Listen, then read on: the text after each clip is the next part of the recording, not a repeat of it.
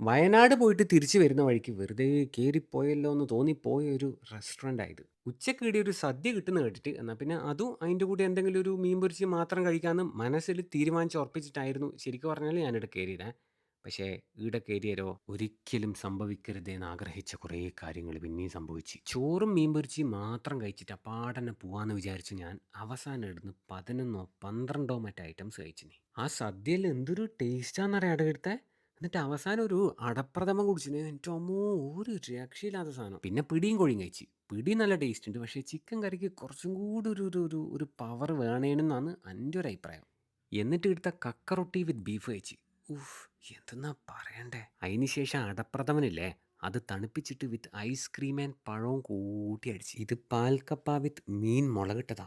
അല്ല ഈ വയനാട് എങ്ങനെ ഇവർക്ക് ഇത്രയും ഫ്രഷ് ആയിട്ടുള്ള മീൻ കിട്ടുന്നതെന്ന് എനിക്ക് എങ്ങനെ ആലോചിച്ചിട്ട് ഒരു എത്തും പിടിയും കിട്ടുന്നില്ല. പിന്നെ ഒരു പുട്ട് മേളെന്ന് പറഞ്ഞിട്ട് ചെറിയൊരു പുട്ടിൻ്റെ പ്ലാറ്റർ പോലത്തെ ഒരു ഐറ്റം ഉണ്ട്. അതിൻ്റെ അകത്ത് ഒരു 3 ടൈപ്പ് പുട്ടും ഒരു 3, 4, 5 ടൈപ്പ് കറിയും പിന്നെ പപ്പടവും പഴവും മറ്റേ പഞ്ചസാര പാനീയെല്ലാം വരുന്ന ഒരു സംഭവമുണ്ട്. ഉഫ്! അതൊരു നൊസ്റ്റാൾജിക് ആയിട്ടേനു. എന്നിട്ട് പിന്നെ ഗ്ലാസ്സിൽ വരുന്ന ഒരു മിനി ഫലൂദ ഞാൻ എൻ്റെ രീതിയിൽ ഒരു പ്ലേറ്റിലേക്ക് ഒഴിച്ചിട്ട് നല്ലോണം മിക്സ് ചെയ്തിട്ടാണ് കുടിച്ച് നോക്കിയത്. ഉഷാറായിട്ടുണ്ടായിരുന്നു കേട്ടോ.